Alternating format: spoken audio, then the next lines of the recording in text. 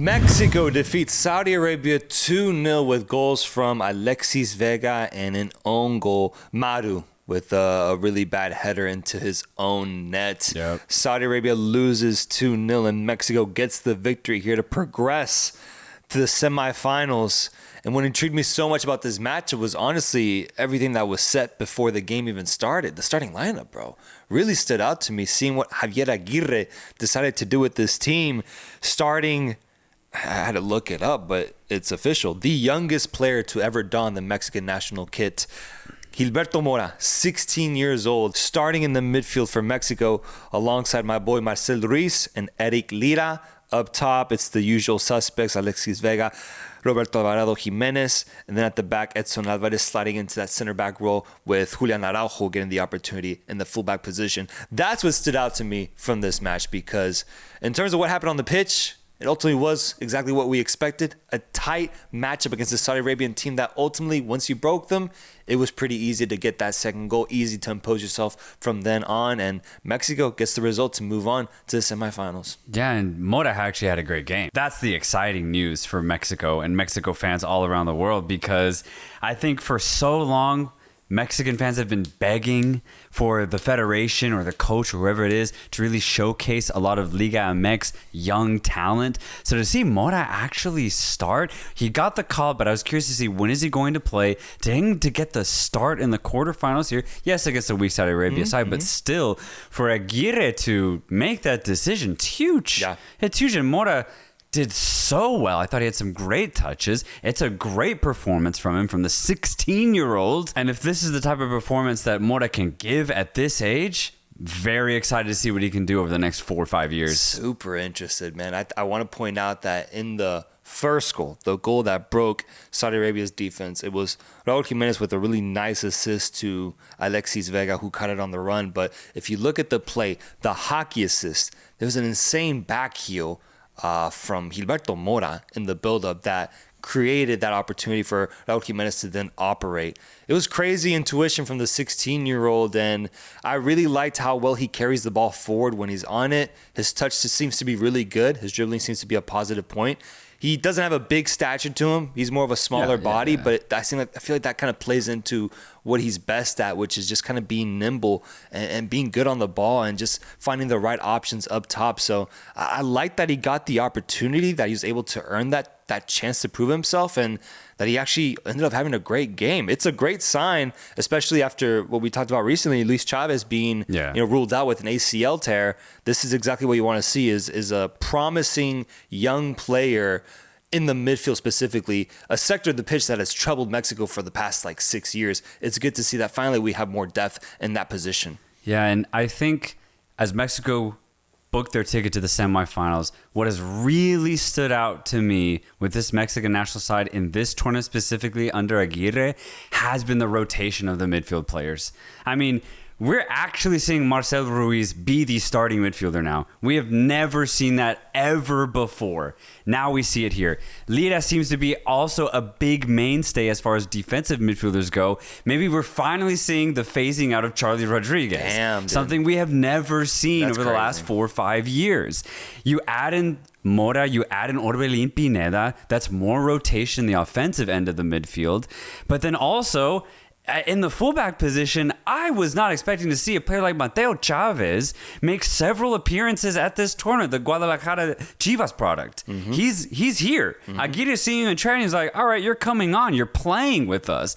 That's crazy. So we're seeing 4 or 5 new players really get integrated into the side for Mexico. It's great because you're doing it alongside players who will start at the World Cup, right? You're doing it alongside Vázquez at the back, Edson Alvarez as well, and Raul Jimenez up top. But Aguirre is doing really, really well, rotating in Santi. Also, we're seeing more of Julian Quiñones as well off the bench, and I think that's the role he'll play at the World Cup. So the rotation that Aguirre is implementing at this tournament, I'd say that's the biggest benefit that I've seen Mexico get out of Gold Cup. Dude, and it's crazy because that's what the U.S. was doing a couple years ago when they were peaking. Yeah. And what I was so jealous of at the time when Mexico was in their downfall was that we just stay, Tata Martino, Diego Coca, Jimmy Lozano even kind of stuck with the same old lineup, bro. I mean, you brought him up, Charlie Rodriguez. That's like a curse word in Mexico now, man. You can't say that name. You got to be careful with how you say that name because he triggers a response from Mexico fans,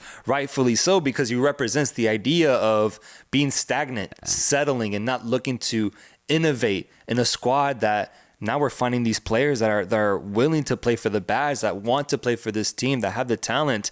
It's a beautiful thing that I've noticed Javier Aguirre do, but it's something that I was jealous of the USA doing a few years back, and now it feels like we're the team doing that in CONCACAF. And so to be able to do that and do it at a high level and win these games is a really positive note.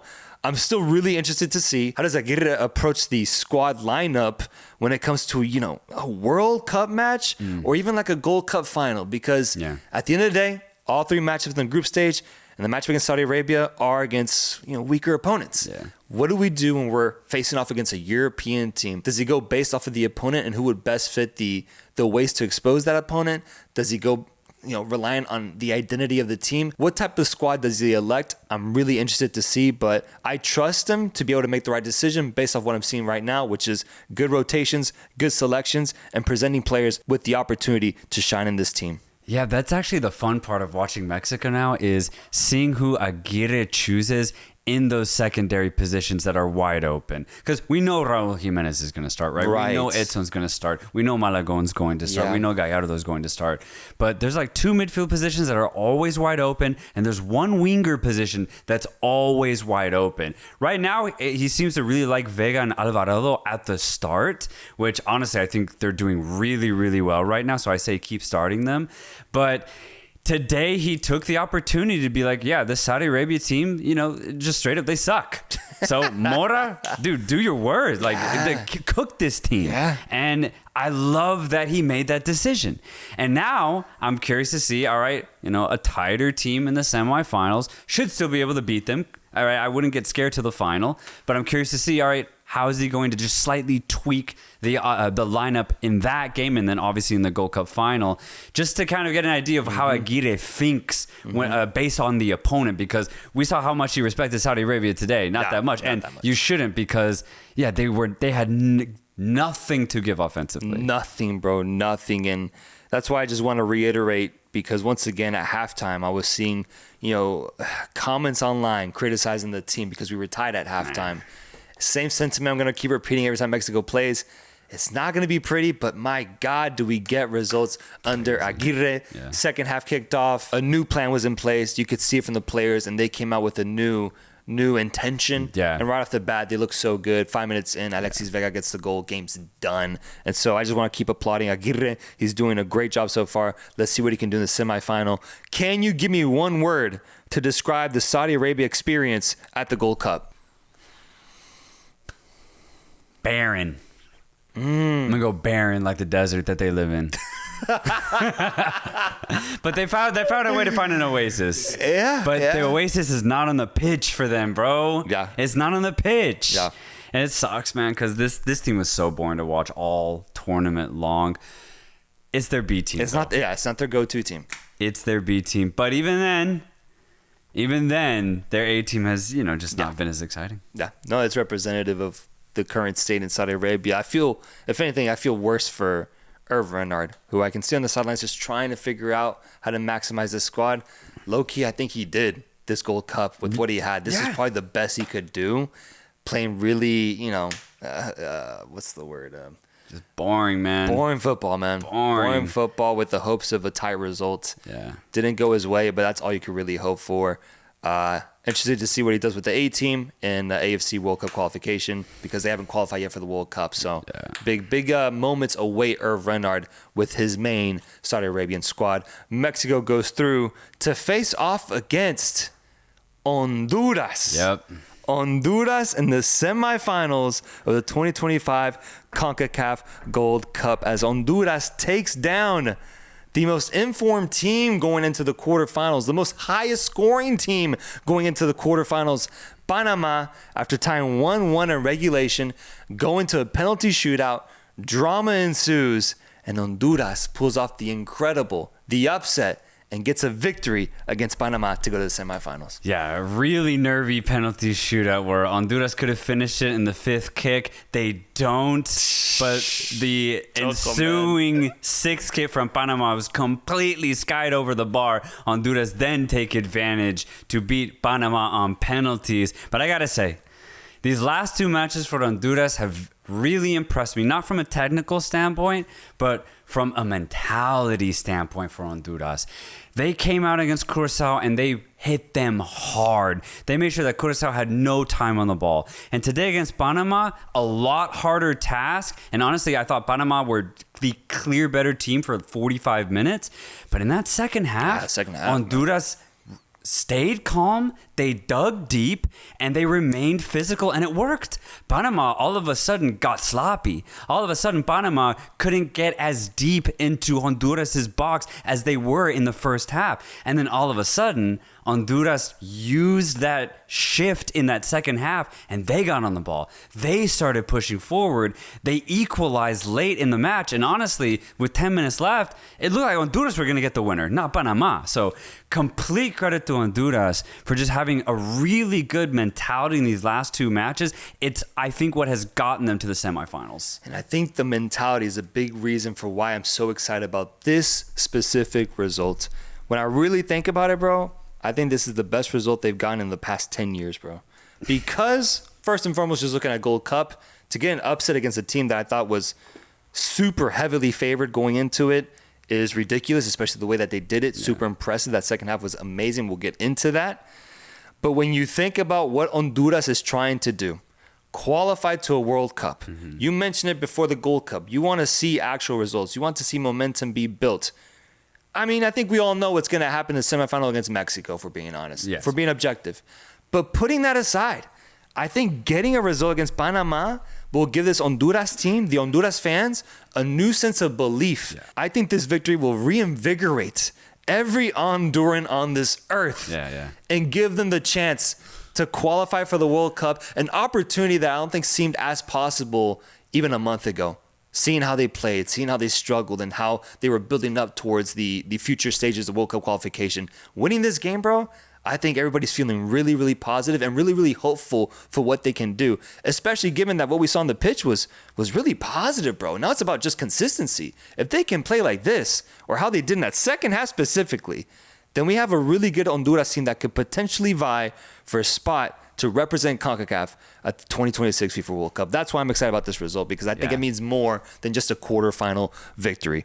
Obviously, I think Panama is also to blame for a lot that happened in this game. This is one of the worst performances I've seen from them, and I think it's a complete failure from Thomas Christensen. The team just did not come out ready. They almost seemed a little bit too overconfident. They were sloppy. Their touches weren't there, and this just wasn't the Panama team that we were expecting to see. But hey, credit to Honduras, man. They exposed it, they took advantage, and they got the goals when they needed. Yeah, exactly. The credit and praise is all to Honduras, but I do agree. Panama kind of played into it in that second half. Mm-hmm. They had the 1-0 lead, and I think they thought that was going to be enough because they really let the foot off the gas for some reason. And they also had a couple of half chances that they just didn't take. And I thought that they should have done a lot better in front of goal. But going back to Honduras praise, Menjivar. Yeah, my God, man. Come on, bro. He did everything he could to make sure that Panama could not get past him. Mm-hmm. He had a perfect performance and goal, in my opinion. He's a big reason why I think Panama didn't go up 2 goals, because I think at that point Honduras would have been done. Menjivar today got Honduras to penalties, and he also showed up big in the shootout. True, man. Man of the match. Yeah. He has to be the man of the match.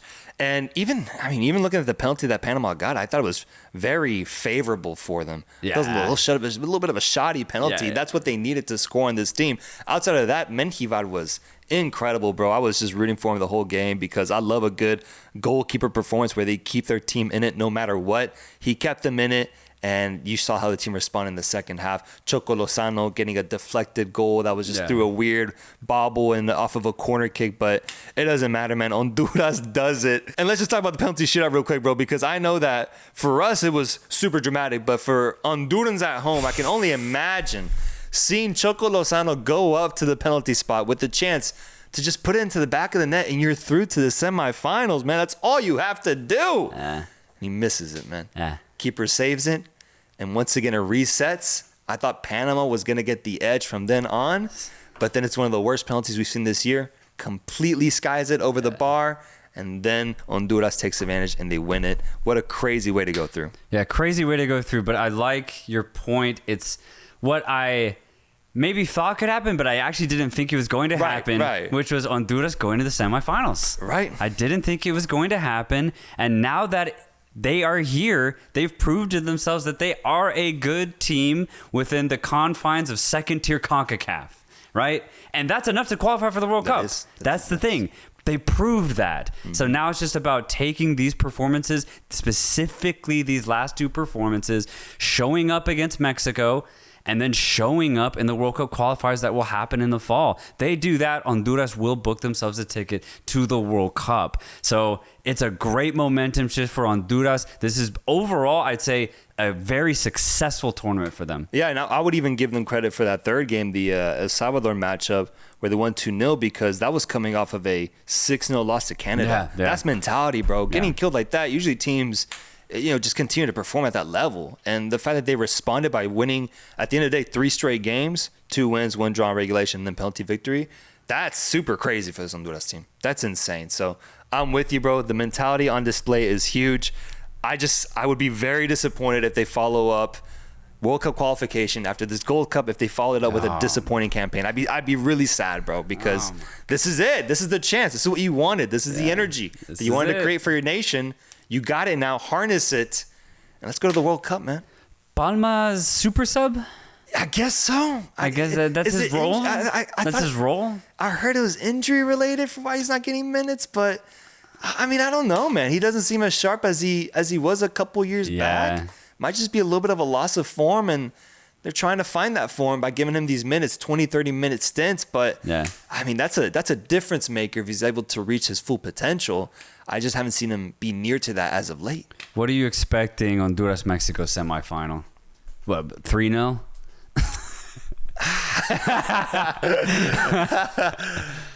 Probably like a 2-0 again. Yeah, I think I would think a 2-0. Yeah. Maybe even 1-0. But I don't see Honduras scoring on us. And it's just tough. I think Mexico has Honduras' number as of late. They've had some crazy matchups, 2-legged matchups, especially for Copa America qualification and Nations League qualification. But at the end of the day, somehow, some way, Mexico comes out on top. And those were worse iterations of Mexico in the past couple of years. This is probably the best version in a while. I think it'd be really tough for Honduras to do it. If they do, then, I mean, this would be one of the craziest Gold Cup runs that we've ever seen. Especially considering they started off by losing 6-0 to go to the final. After that would be just ridiculous. Like Spain, Argentina type shit. Man. Actually go to the final starting the tournament off 6-0. Man. It'd be crazy. But no, it's not happening. Mexico's the best team in CONCACAF. They're going to the final. I would actually give Honduras a decent chance if they were on the other side of the bracket. Because this fight works against the USA. This type of fight works against Canada. It's not going to work against Mexico. Yeah. No, you're right. Honduras fans, let us know how you feel. Congratulations, though. Congratulations. Semifinal appearance. I mentioned upsets like this don't really happen typically in CONCACAF, so it's beautiful to see it happen to the Honduras fans. So many that we met just recently. So celebrate it, drink up, party up. Incredible result. And Panama, it's just back to the drawing board. Oh, and just to end, they are missing Carrasquilla, right? There's no Bárcenas, the Fajardo. So the 3-4 starters that are gone. So Panama, I actually wouldn't be worried at all. I wouldn't say this is a failure. You were missing a couple of your star players. You just kind of forget about this tournament and you just keep chugging along. You keep working in qualifiers, dominate those games. I wouldn't be worried if you're Panama. In that sense. I agree. It's not a failure. Then what's the word then? Because the way they started off the tournament with their group stage performance and then following up with this is what? It's a dud. It's just a dud. You're just like, fuck. Like, we fucked up, guys. Yeah. But you get one fuck up every now and then. Considering how good Panama have been, I'll give them one fuck up. But, obviously, if this pattern continues, I start to get worried. But I don't think it is. I think Panama's going to be just fine come the fall. So, for them, keep your head up high. I don't consider this a failure.